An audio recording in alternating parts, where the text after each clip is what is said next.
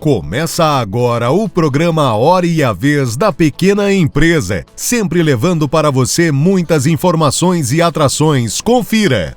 O advogado Marcos Tavares Leite comentando sobre o andamento da PEC que extingue a escala de trabalho 6x1.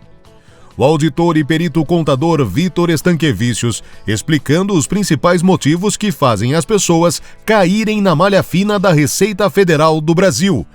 O economista Otto Nogami trazendo atualizações da área econômica.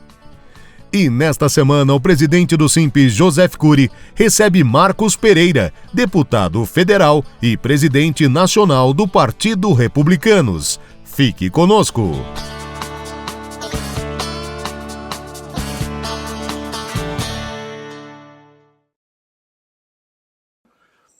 Você, de certo, esteve aqui conosco no programa do Simp na semana passada, quando eu disse a todos vocês, meus amigos, falamos sobre a declaração do imposto de renda das pessoas físicas. Naquela ocasião, e hoje vamos complementar aquele assunto, falaremos sobre alguns motivos que levam os contribuintes a cair nas garras do leão, na malha fina da Receita Federal. Pois bem, inevitavelmente, um dos maiores motivos é erro na hora do preenchimento da declaração, inversão de valores, ao invés de coloquei na linha errada, perfeitamente cuidado quando você digita as informações lá na declaração de imposto de renda. Outra situação, discrepância de valores apresentados por você, declarante pessoa física, dos que a Receita percebeu lá, quanto aos rendimentos tributáveis. Você, quando fez a sua declaração, você deve ter recebido o informe de rendimentos lá da fonte pagadora, declarou esses valores devidamente, estava com o informe em mãos ou não? Este ano tivemos lá na contabilidade uma mudança muito grande que pode ter repercutido em tais diferenças, que foi a mudança, a DIRF lá das empresas deixou de existir, aproveitando-se as informações do E-Social. Pois bem, esse pode ter sido um motivo também.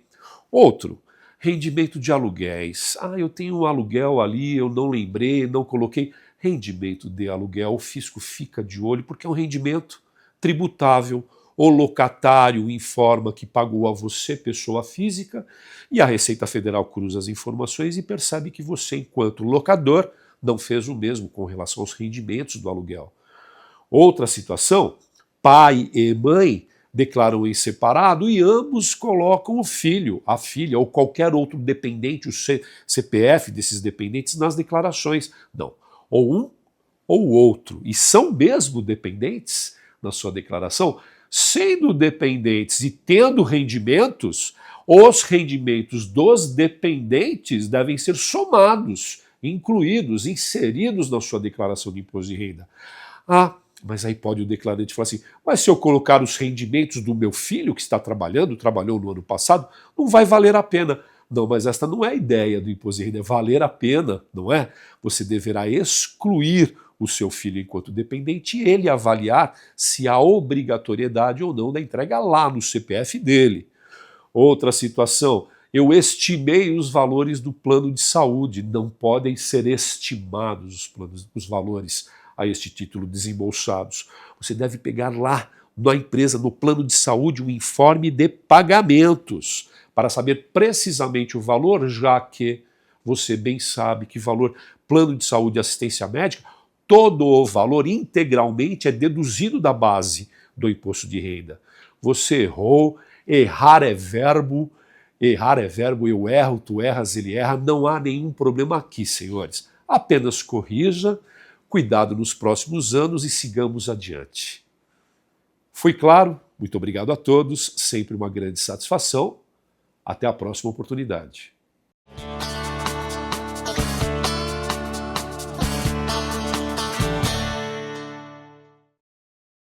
Aprovada a proposta de emenda constitucional que acaba com a escala 6x1, aprovando então uma escala 5x2, ou seja, 5 dias trabalhados com 2 de descanso, essa aprovação no âmbito da Câmara dos Deputados, agora ela passa para o Senado Federal, onde vai ser distribuídas as comissões parlamentares respectivas. Ali vai ser analisado novamente a PEC e tudo indica que vão haver algumas adequações. Articulações da base governista, bem como da oposição, começam a trabalhar em alternativas e pode ser que venha a ocorrer alguma modificação. Para lembrar, a proposta de emenda constitucional passa a estabelecer uma escala de 5x2, ou seja, 5 dias trabalhados com 2 de descanso, preferencialmente nos finais de semana, e uma redução progressiva da jornada, que hoje é de 44 horas semanais para 42 horas após 60 dias da promulgação da PEC, valendo essa redução de 42 horas de trabalho semanal por 12 meses, e a partir de então, a jornada de trabalho semanal passa a ser de 40 horas. Feitas essas adequações, agora, tramitando no Senado Federal, há que se observar que há, inclusive, uma PEC, uma proposta de emenda constitucional paralela, apresentada pelo senador Rogério Marinho, que não trata especificamente de redução de jornada de trabalho. Ela mantém ainda a jornada de 44 horas semanais, mas ela traça a possibilidade de uma flexibilização dessa jornada através de um acordo direto entre empregado e empregador. Nem seria através de um acordo coletivo, mas permitindo, então, uma escala flexível da jornada de trabalho, num acordo individual, no próprio contrato individual estabelecido entre o empregado e o empregador. Parece até que essa possibilidade de uma escala flexível ela é bem vista, porque permite que o próprio trabalhador busque a adequação daquilo que lhe é mais adequado. E o empregador, por si, também pode ajustar de uma forma um pouco mais fácil a escala e a distribuição das atribuições entre seus trabalhadores. As duas vão correr em paralelo, pode ser até que elas venham a se juntar e sejam analisadas em conjunto. O importante é passar essa informação e, havendo alguma alteração no Senado Federal, então a proposta de emenda constitucional deverá retornar à Câmara para analisar essas alterações ou essas adequações. O importante é que o SIMP e a SIMP vão estar acompanhando, e o que se pretende aqui é assegurar boas condições de trabalho ao empregado, mas também boas condições de exercer atividade produtiva ao empregador, principalmente o da micro e da pequena empresa. Veja, eles são próximos, têm uma relação bastante próxima, podem estabelecer essa relação em acordos individuais. Ganho para todos, para o trabalhador e para o empregador. Essa flexibilização, essa possibilidade, não de flexibilização, mas de uma negociação integrada, ela é bem vista e vai permitir a manutenção da formalização, a geração e manutenção do emprego e da renda.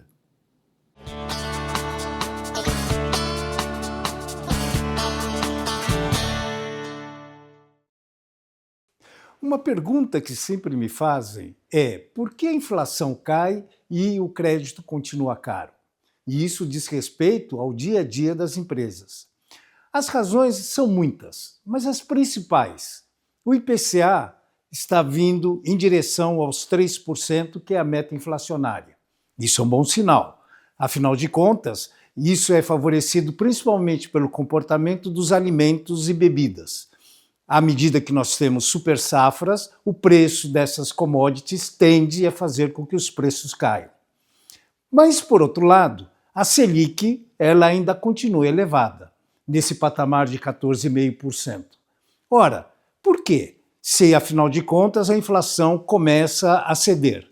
A razão é muito simples.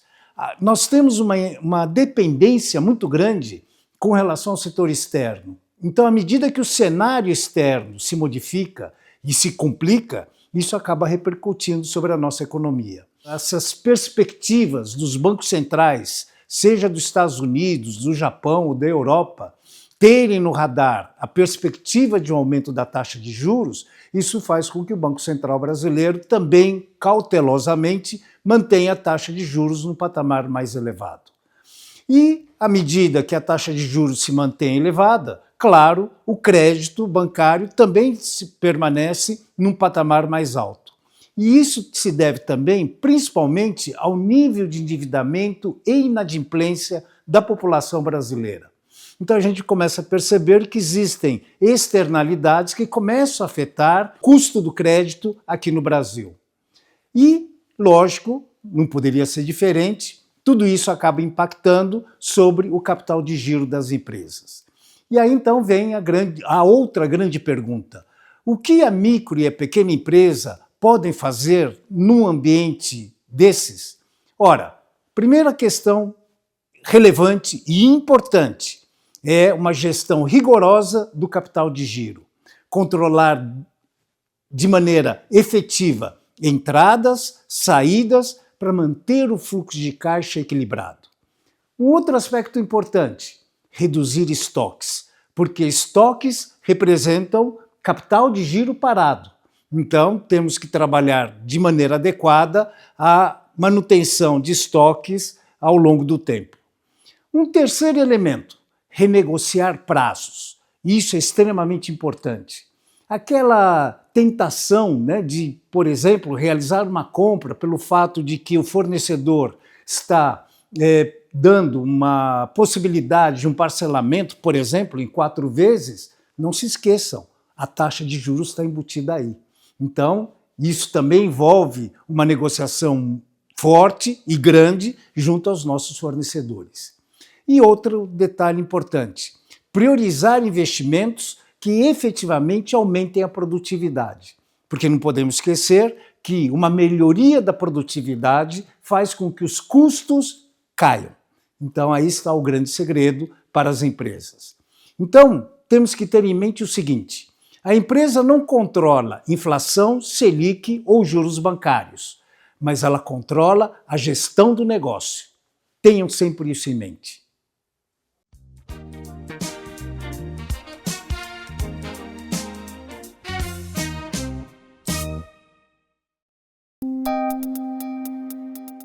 Entrevista da semana. Nosso convidado de hoje é Marcos Pereira, deputado federal e presidente nacional do Partido dos Republicanos. É um prazer tê-lo conosco.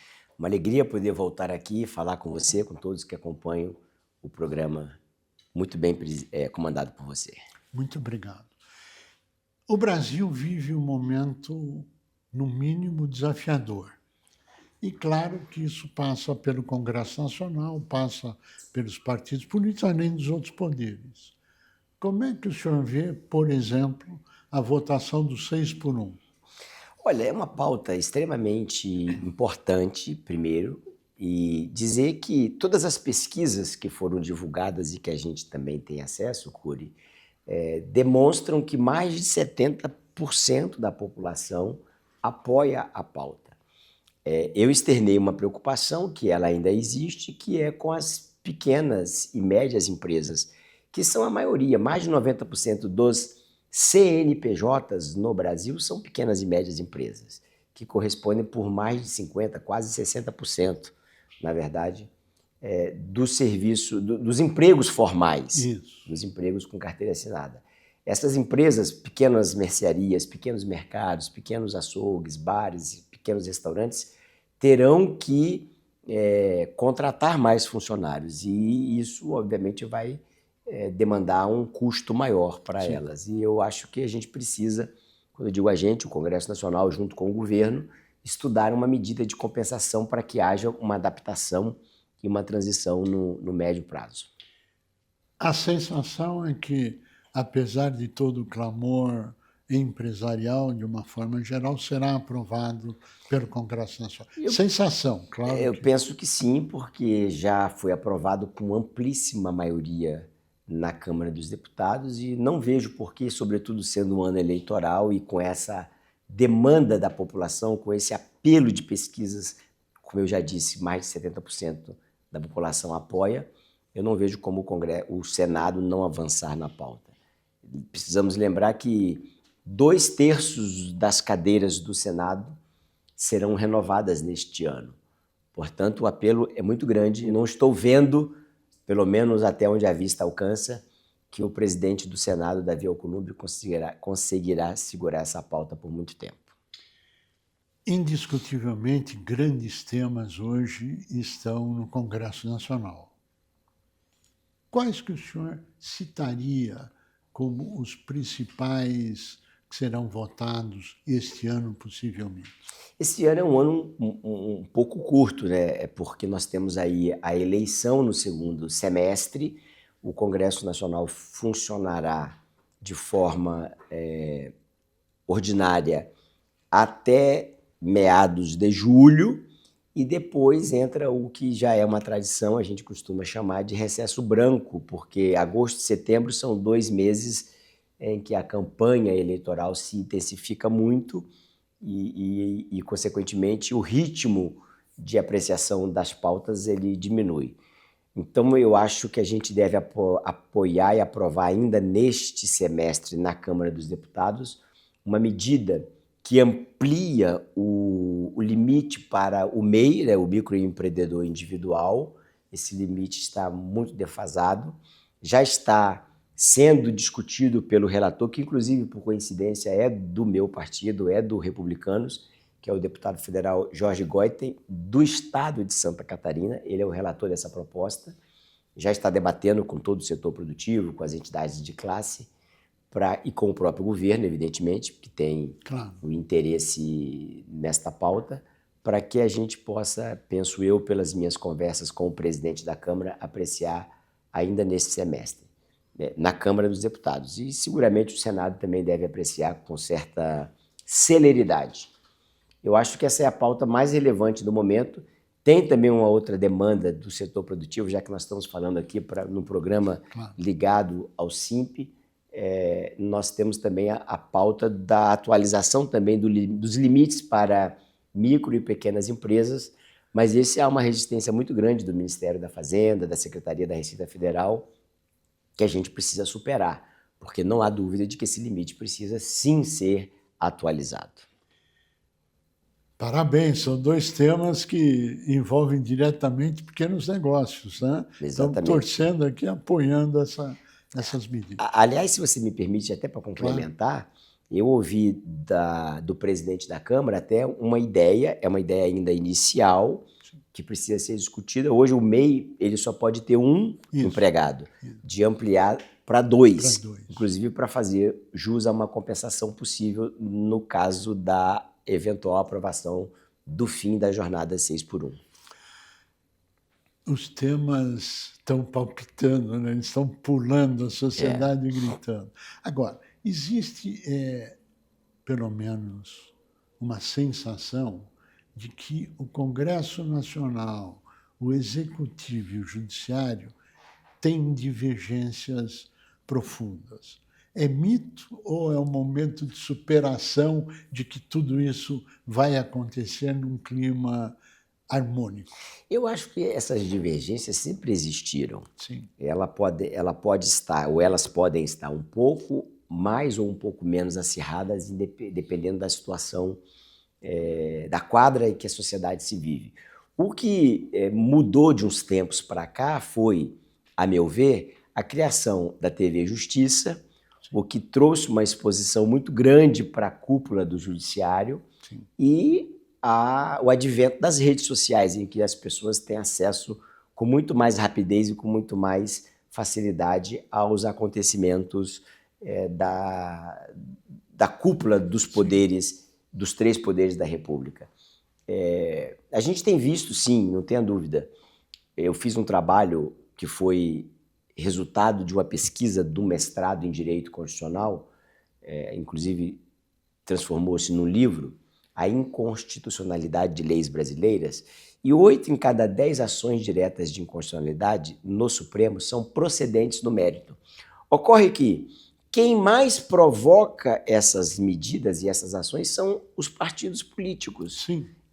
Quando se vence um debate, uma pauta na seara política, no Congresso Nacional, aquele partido ou aqueles partidos que são de oposição vão ao Supremo Tribunal Federal para buscar uma declaração de inconstitucionalidade daquela medida.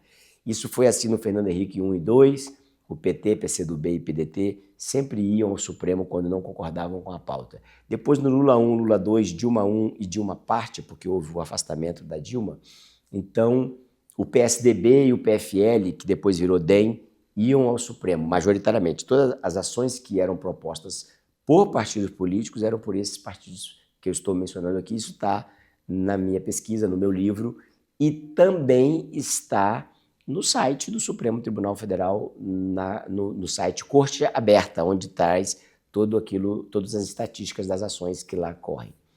E no governo Michel Temer e Bolsonaro, curiosamente o PT já não judicializou tanto, mas o PSOL e a Rede sempre iam ao Supremo. E agora no Lula 3 é o Partido Novo que vai ao Supremo. Então, digo eu, a política não resolve a questão na seara política, atravessa a rua em alusão, já que nós temos ali a Praça dos Três Poderes, para transferir a decisão para o outro poder e depois reclama de como a decisão vem. Isso a gente chama, no mundo jurídico-político, de judicialização da política, Sim. que é feita majoritariamente pela própria política. Olha. E isso dá margem para politização do judiciário, que está num nível elevado, nunca visto antes neste país.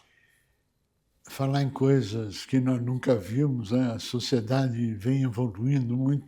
Aliás, até foi citado aqui o celular como fonte, etc.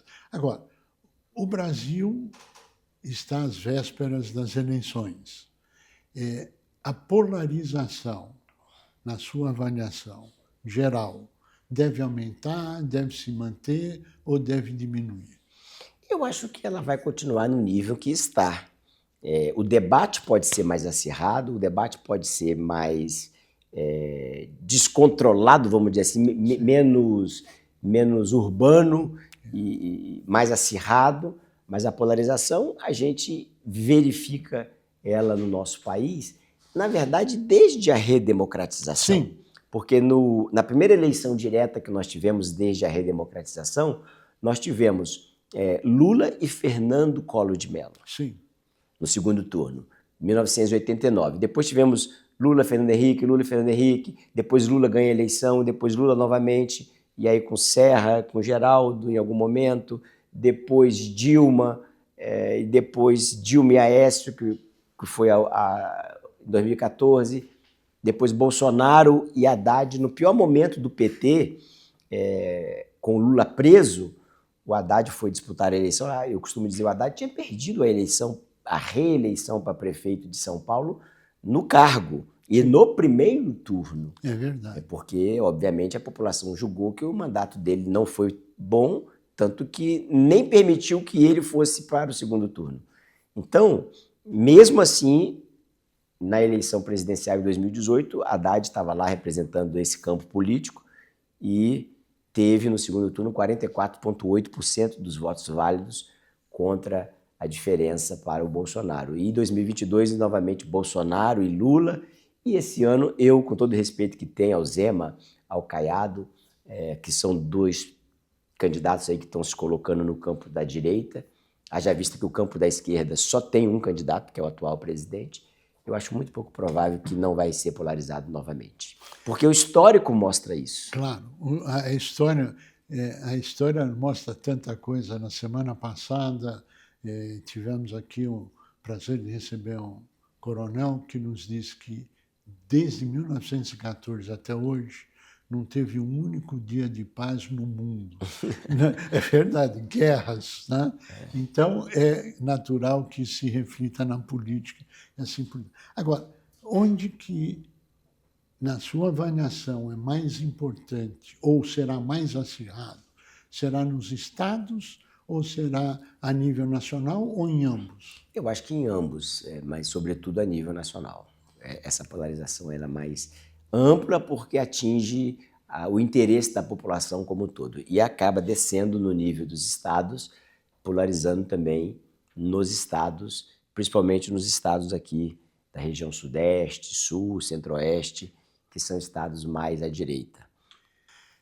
Os estados, de uma forma geral, nessa polarização, existe a chance de outros novos candidatos, tanto a nível de governo estadual como a nível nacional, dos que já estão nos vários estados se colocando como candidatos, ou isto pode esperar até o final das decisões partidárias. O prazo que a lei estabelece para as convenções partidárias, que são os eventos que homologam as candidaturas e também os apoiamentos, o prazo legal será do dia 20 de julho até o dia 5 de agosto. Tá. Então, lá nesse período é que efetivamente serão tomadas as decisões que já vêm sendo discutidas estado por estado.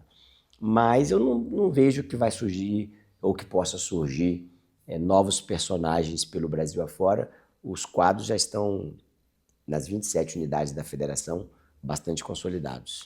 Via de regra é o governador que vai para a reeleição, ou é o vice que assumiu que vai disputar a eleição, ou alguém do campo político daquele governador que decidiu continuar no cargo contra alguém do outro campo. Não vai ser diferente, não. Vai ser polarizado também e não vejo surgindo personagens novos, não. Que bom, essa é a vantagem da democracia, né? O embate de ideias. É verdade. Agora, essa polarização, essa discussão nos estados, a que ponto se acredita na renovação, tanto a nível deputado estadual, como a nível deputado federal, como senador e como governadores? A renovação do passado, nas eleições passadas, sempre foram elevadas. Isso deve ocorrer nessa eleição? Eu não tenho dados, não saberia responder aqui sobre os estados em nível de assembleias legislativas, mas sei que a renovação sempre é grande também. Agora, na Câmara dos Deputados, via de regra, renova algo perto de 50%, 45%, 46%, 47%. Na última foi nessa casa, e eu acho que vai ficar nesse patamar também, em se falando da Câmara dos Deputados. No Senado, nós estaremos elegendo 2 cadeiras por estado. Sim. Então, a chance de renovação, penso eu, lá sim deve ser maior ainda. Eu adoraria continuar essa conversa, esse aprendizado para toda a sociedade, mas, infelizmente, chegamos ao final do nosso tempo. Eu pediria as suas considerações finais. Eu acho que a população que nos assiste tem que ter fé, tem que ter esperança. O Brasil é um país muito grande, muito forte, muito rico, e esse ano é um ano muito importante. Você precisa avaliar o que você vai fazer em nível de presidente da República, governo de estado, seja aí no estado que você está vivendo, Senado, deputado federal, deputado estadual, porque um erro agora só nos dá o direito de nos arrependermos daqui a 4 anos. Marcos Pereira, presidente, Marcos Pereira, queremos agradecer muito a sua Obrigado pelo participação, convite. a transmissão do conhecimento acumulado e parabéns à democracia. A democracia vence sempre. E Obrigado. Você é um dos grandes players nesse jogo da democracia. A você que esteve conosco, o nosso mais profundo agradecimento, com a certeza que estaremos juntos na semana que vem. Até lá!